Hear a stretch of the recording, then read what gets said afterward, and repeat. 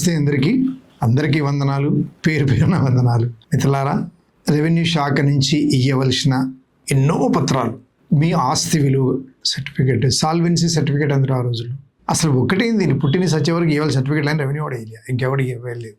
భారతదేశంలో టోటల్గా collector commission ప్రకారంగా 3000 పైచిలుకు కులాలు. అది ఇక్కడికి వచ్చేటప్పటికి 2000 పైచిలుకు కులాలైంది, కొంచెం పెరిగింది. అవన్నీ పక్కన పెడితే భారతదేశంలో పర్టికులర్గా తెలుగు రాష్ట్రాలలో 100 కులాలు ఉన్నాయి. మొన్ననే సీప్ సోషియో ఎకనామిక్ ఎడ్యుకేషన్ ఇవన్నిట్లలో చేసిన సర్వే ప్రకారంగా 242 కులాలు ఉన్నాయి. అందులో 134 కులాలు బీసీలకు చేసేసిన, ఈ బీసీలకు సంబంధించిన కూడా చేసిన. ఇప్పుడు వెంటనే ఓసీలు చేయాలి, కానీ అది లాస్ట్కి చేద్దాము, తదనంతరం చేద్దాం అనుకొని ఇప్పుడు ఎస్సీ కొన్ని ఉద్యమాల ద్వారా ఎస్సీ వర్గీకరణ జరిగింది. ఇప్పుడు నేను చెప్పదలుచుకున్నది ఏంటంటే, ఏబిసిడీలుగా కోరినప్పుడు 3 గ్రూపుల కింద వర్గీకరించారు మొత్తం ఎస్సీ సామాజిక వర్గాన్ని. ఇందులో ఉండే కులాలు మొత్తం మీద 59 కులాలు ఎస్సీ సామాజిక వర్గంలో. అందులో ఏబిసిడి అంటే కొంచెం పర్వాలేదు అనుకొని జీవనం సాగించేవాళ్ళు, ఇంకొంచెం మెరుగైన జీవితం సాగించేవాళ్ళు 3 గ్రూపులుగా చేసింది. కాబట్టి ఆ 3 గ్రూపులలో ఉన్న కులాలు, వాళ్ళ సంఖ్య, వాళ్ళ సీరియల్ నంబరు ప్లస్ అందుబాటులో ఉన్న ఆధారిత ఇన్ఫర్మేషన్ ప్రకారంగా ఒక 2 లైన్లు వాళ్ళ వృత్తి, అంతే, ఎక్కువ లేదు. కాబట్టి ఈసారి ఒక 5 నుంచి 6 కులాలు వాళ్ళ పాపులేషను, వాళ్ళ వృత్తి అని చెప్తాను. ముందుగా బౌరి అంటే ఎస్సీ అందాం, అంతే. ఇక్కడ మాలా మాదిగ కాదు, ఎస్సీ. ఈ బౌరి సమూహం టోటల్గా వ్యవసాయం మీదనే ఆధారపడి జీవించే, వ్యవసాయం అంటే వ్యవసాయం చేయరు, వాళ్ళకి భూములు ఏం లేవు, అక్కడక్కడ ఉంటే అగరెకర పావెకర, అది ఈ పాటి కూడా మొత్తం వ్యానిష్ అయిపోయి ఉంటుంది. కాకపోతే కూలీలుగా పనిచేయడానికి బౌరి అంటే ఒక మహారాష్ట్ర, వెస్ట్ బెంగాల్, తర్వాత ఒడిశా ఏరియాలో ఎక్కువ ఉంటారట వీళ్ళు. కానీ ఇక్కడ కూడా మన దగ్గర కూడా కొన్ని కుటుంబాలు ఉన్నాయి. ఒక 3074 పాపులేషన్ ఉంది. వాళ్ళు ఈ బ్యాక్వర్డ్నెస్ ఇండెక్స్ ప్రకారంగా 98లో ఉన్నారు. వాళ్ళు మొన్నటి దాని ప్రకారంగా వాళ్ళు బాగా రిచ్ ఉన్న వాళ్ళను 1, 2, 3 ప్లేస్లో అంబానీ, అదాని లాంటివి వాళ్ళు ఒక 12 వరకు తీసుకొని అక్కడి నుంచి మిగతా వాళ్ళందరూ కూడా మన వాళ్ళు గ్రేడ్లు ఇచ్చారు. ఇది అయితే క్యాస్ట్ సర్టిఫికేట్లో ఏం రాదు, ఈ సిబిఐ ఇన్ఫర్మేషన్ కోసమే చెప్తున్నా. కాబట్టి పాపులేషన్ ఎంత ఉంది, scheduled caste group B serial number 1 వేసి మన వాళ్ళు సర్టిఫికేట్ ఇవ్వాలి. అంటే కొన్ని ప్రాంతాలలో ఇది బౌరి అనేది ఒక ఉపకులమే. ఆ ఉపకులము మీరు పేర్కొని ఆ కులం వేసి సీరియల్ నెంబర్ 1 అసలు ఎవరు లేరు వాస్తవానికి. అయితే మన తెలంగాణ జిల్లాలో కానీ ఆంధ్రప్రదేశ్లో కానీ ఎక్కడ లేరు మన వాళ్ళు. కనపడ్డ ఎవరైనా వస్తే ఒక 3000 మంది అంటారు. అక్కడక్కడ చిన్న మూలల్లో ఒక 10 కుటుంబాలు, 7-8 కుటుంబాలు ఉంటాయి. వాళ్ళకు వస్తే కనుక వాళ్ళ మూలాలు ఏం తెలుసుకొని ఎంక్వైరీ చేసి సర్టిఫికేట్ ఇవ్వండి. అలాగే బేడ అంటారు వాళ్ళను, బుడగ జంగాలు అంటారు, ఇవన్నీ వాళ్ళే. ఇది వీళ్ళు చాలా పెద్ద పాపులేషన్ అండి, 190,000 మంది పాపులేషన్. తర్వాత 0.5% ఉంటుంది వీళ్ళది 113 అత్యంత. ఇప్పుడు ఈ పైన బౌరీ కంటే కూడా తక్కువ అనమాట, 113 వాళ్ళు సిబిఐ ఇచ్చారు వాళ్ళకి. అంటే బ్యాక్వర్డ్నెస్ ఇండెక్స్లో అత్యంత పేదరి. ఆ పేదరికంలో వీళ్ళు ఏంటంటే నొమాడిక్ అంటారు వీళ్ళు. సాంప్రదాయకంగా జీవం గడిపే ఒక సమూహం. కొన్ని పద్ధతులు, ఆ పద్ధతుల పరిధిలోనే జీవనం సాగిస్తూ వీళ్ళు జానపద ప్రదర్శనలు, యక్షగానాలు ఇవన్నీ చేస్తూ ఉంటారు. ఈ యక్షగానాలు కొన్ని సందర్భాలలో మాదిగలు అనే ఒక మెజారిటీ కులంగా ఉన్నటువంటి వాళ్ళకు అంటే కొన్ని పెళ్ళిళ్ళు కూడా చేస్తారు అనమాట, పూజారులుగా కూడా ఉంటారు. ఇవన్నీ వీళ్ళు చేస్తూ ఉంటారు. అంటే నిజాం పీరియడ్లో వీళ్ళ ఎస్సీగానే గుర్తింపు ఉంది. కానీ మన ఫార్మేషన్ అయినాక ఆఫ్టర్ 56లో ఆంధ్రప్రదేశ్ ఏర్పడిన తర్వాత తెలంగాణలో ఉన్న వాళ్ళని మాత్రము వీళ్ళు బుడగ జంగాలుగా ఒక మంచి ఆట పాట నైపుణ్యం కలిగినటువంటి కులం. వీళ్ళుగా ఎక్కువ సందర్భాలలో వీరశైవ లింగాయత్ అన్నారు కదా, వాళ్ళతో వీళ్ళు పోల్చుకోండి కాదు, పేరే పెట్టుకోరు. బసవేశ్వరుడు వీరశైవ లింగాయత్కు వాళ్ళ దేవుడు ఆయన. మీరు ఏ కులమన పెట్టుకోండి, ఆయన ఒక మహోన్నతమైన ఒక మానవీయ సంపద, ఆయన ప్రపంచాన్ని, భారతీయ. ఆయన మీరు బుడగజంగాలు అంటరాని కులాలు ఇస్తాను అనుకుంటారు, మీరు ఓసిగానే చెలామనిగండి. తర్వాత వీళ్ళకు సీరియల్ నెంబరు 2 వేసి, తర్వాత గ్రూప్ 1 సీరియల్ నెంబర్ 2 వేసి వీళ్ళకు కుల ధృవీకరణ పత్రం ఇవ్వాలని చెప్పి మనము రెవెన్యూ సోదరులను కోరుకుందాం. అలాగే Chachati group 1 serial number 3 total population 2891, 0.01% వాళ్ళు. అంటే కొంత ఉన్నారట, డబ్బున్న వాళ్ళు ఉన్నట్టున్నారు, కొద్దిగా గొప్ప జీవనం బాగానే ఉన్నట్టుంది వాళ్ళకు.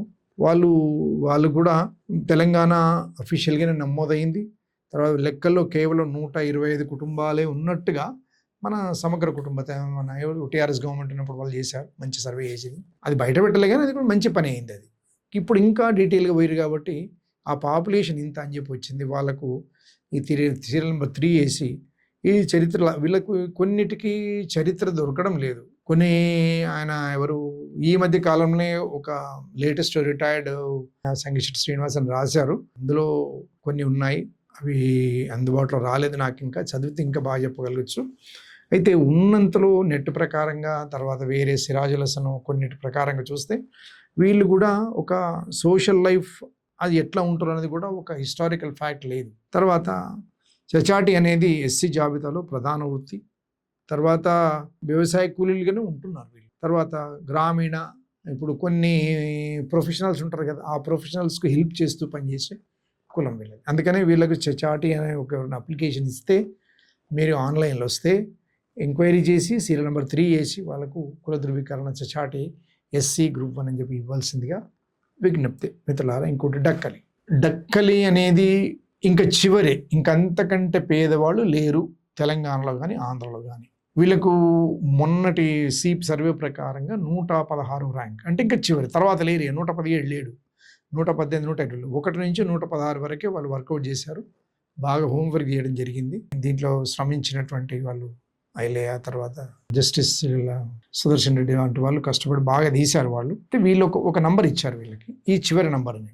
డక్కలి అనేది ఎంత ఒక ఉన్నతమైన ఇదంటే, వాళ్ళు డక్కలి జాంబ పురాణం అని చెప్పి ఈ బ్రాహ్మణులు చెప్పే రామాయణ మహాభారతాల కంటే కూడా అద్భుతంగా చెప్పగలరు. వాళ్ళు సోషల్ లైఫ్ను ఎట్లా డిజైన్ చేయాలో డిజైన్ చేసి చెప్పారు. మీరు దయచేసి ఇది ఒక పుస్తకం ఉంటుంది, అందరూ కొనుక్కోండి.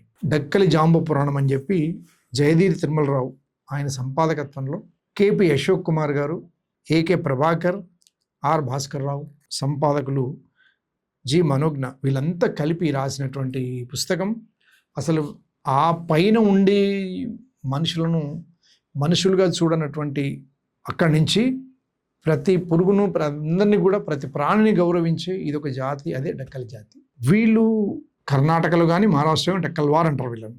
తర్వాత ఇక కథలు గానాలు చేయడము, తర్వాత మానవీయ సామాజిక సాంప్రదాయక పురోహితులు. అంటే వీళ్ళు అంటే కొన్ని ఎవరికి ఏం అనుమానాలు ఉన్నా కూడా కొన్ని ప్రదర్శనల ద్వారా వాళ్లకు నివృత్తి చేసే ప్రయత్నం చేసి ఒక మహోన్నతమైన కులం ఇది.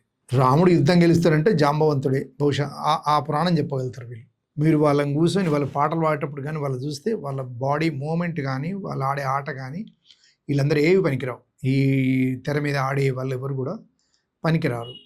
అంతటి ఇది ఉన్నది కదా. మాదిగలతో సన్నిహితంగా ఉంటారు. కొన్ని సందర్భాల్లో మాదిగల కంటే కూడా మాదిగలకు కూడా వీళ్ళు అంటచబుల్సే. అంతటి చదువు లేదు, ఇప్పుడు చదువుకుంటున్నారేమో. మా తెలిసిన ఒక అబ్బాయి ఉన్నాడు మంగయ్య అని, మ్యారేజ్ పిలిస్తే కూడా ఎంత బతిలానే రాలేదు. అంటే అంతటి భయం అనేది ఉంది వాళ్ళకు. సమాజం ఎంత భయపెట్టించిందంటే, కానీ వాళ్ళంత పవిత్రులు ఇంకెవరు లేరని చెప్పొచ్చు. డక్కలి అని కనుక అప్లికేషన్ పెట్టుకుంటే వాళ్ళు టోటల్గా 5,058 మంది ఉన్నారు. గ్రూప్ 1 సీరియల్ నెంబర్ 4 వేసి వాళ్ళకు కుల ధృవీకరణ పత్రాలు ఇచ్చే ప్రయత్నం చేయండి. వాళ్ళని చూడగానే కళాకారులుగా, నిజమైన భారతీయ భూమిపుత్రులుగా వాళ్ళని చూడవలసిన బాధ్యత మనందరి మీద ఉంటుంది. దాని తర్వాత జగ్గలి గ్రూప్ 1 సీరియల్ నెంబర్ 5 1989 లెక్క ప్రకారంగా ఈ 2,579 ఏమో 2011 ప్రకారంగా లేటెస్ట్ లెక్కలు మరి ఎందుకు తగ్గింది తెలియదు. కానీ మరి వీళ్ళు ఇచ్చిన లెక్క ప్రకారంగా అయితే 1,989 మందే ఉన్నారు. వీళ్ళు జాంబవుడి వంశస్థులే అని చెప్పుకుంటున్నారు. వీళ్ళు మామూలుగా చర్మకార వృత్తి, అన్ని రకాల తోలు పరిశ్రమలలో వీళ్ళు యాక్టివ్గా పనిచేస్తారు. వీళ్ళకు కూడా ఒక ఎగ్జోగామస్ లీనియేజ్ అంటే వీళ్ళకు కొన్ని గోత్రాలు ఉన్నాయి. నులక, నేల, నాల, లంక, బండి అనేది వీళ్ళు రకరకాల గోత్రాలు అనేది వీళ్ళ డక్కలలో కూడా ఉన్నాయి గోత్రాలు. తర్వాత ఈ గోత్రాలలో కూడా ఇప్పుడు మనకు శూద్రులకు, అతి శూద్రులలో కూడా ఇంకా పేదలుగా ఉన్నటువంటి వాళ్ళకు కూడా గోత్రాలు ఉన్నాయి. ఆ గోత్రాలు 18 గోత్రాలు ఏమున్నాయి నేను చదివిన కాడికి. ఆ గోత్రాలు ఉన్నాయి వాళ్ళకు. వాళ్ళు అవన్నీ పక్కన పెట్టేసి ఇది వెనక వస్తే ఇది మాత్రం సర్టిఫికేట్ ఇవ్వండి. చివరగా కొలువుల వాండ్లు పంబాడ, పాంబండ, తర్వాత పంబాల ఇట్లా ఉన్నాయి. అంటే ఇది ఒకటే కులం. ప్రాంతాన్ని బట్టి ప్రొనౌన్సియేషన్, ప్రాంతాన్ని బట్టి ఉచ్చారణ, ప్రాంతాన్ని బట్టి పని పద్ధతులు ఏముంటుంది వాళ్ళకు. ఏమీ లేదు. సీరియల్ నెంబర్ 6లో గ్రూప్ 1 వేసి 5,760 మంది ఉన్నారు. 0.0%. బ్యాక్వర్డ్నెస్ ఇండెక్స్లో వాళ్ళది మొన్నటి లెక్కలైతే అది ఇచ్చారు. ఎల్లమ్మ, పోచమ్మ, మైసమ్మ అంత క్షూద్ర దేవతలకు సంబంధించినటువంటి అలంకరణలు వాళ్ళు ఇప్పుడైతే వాళ్ళని రాణిస్తలేరు. కానీ వీళ్ళందరికంటే కూడా వాళ్ళని ఆదరించారు, వీళ్ళే ఆదరించారు. వాళ్ళ తర్వాత వీళ్ళకి ట్రాన్స్ఫర్ అయింది. వాళ్ళేమో అన్టచబుల్ అయ్యారు, వీళ్ళేమో టచబుల్ అయ్యారు. బ్రాహ్మణులు అసలు రానే రారు ఇక్కడికి. కాబట్టి మనము పండుగలప్పుడు గ్రామ దేవతలు కొలువులు ఆయన అక్కడ పండుగల ఊరేగింపులు అక్కడిక్కడ వీళ్ళందరూ ఉంటారు. పంబ అనే ఒక ఇన్స్ట్రుమెంట్ ఉంటుంది. ఆ ఇన్స్ట్రుమెంట్ను వాయిస్తారు కాబట్టి వాళ్ళు పంబాల అని పేరు వచ్చింది. గ్రామ దేవతలు తర్వాత మళ్ళీ చెప్తున్న ప్రాంతాన్ని బట్టి ఉచ్చారణ ఉన్నది. వీళ్ళు కూడా ఈ సర్టిఫికేట్ ఇవ్వాల్సింది కోరుతూ మా రెవెన్యూ మిత్రులందరూ కూడా ఎక్కువ తక్కువ వాళ్ళను ఆల్రెడీ అనుక్షణము అణిచివేతకు హ్యూమిలియేషన్కు గురవుతున్న వ్యక్తులు కార్యాలయానికి వస్తే వాళ్లకు గౌరవంగానే తీసుకొని ఆ కుల ధృవీకరణ పత్రం ఇచ్చి పంపేవలసిందిగా విజ్ఞప్తి. ఈ వీడియో చూస్తారని తప్పకుండా షేర్ చేస్తారని, రెవెన్యూ వాళ్ళందరే కాకుండా ఈ కులంతో పరిచయం ఉన్న వ్యక్తులందరూ కూడా మీరు ట్రాన్స్ఫర్ చేసుకొని మనం తెలుసుకోవాల్సిన అవసరం అని చెప్తూ థ్యాంక్ యూ వెరీ మచ్. ధన్యవాదాలు.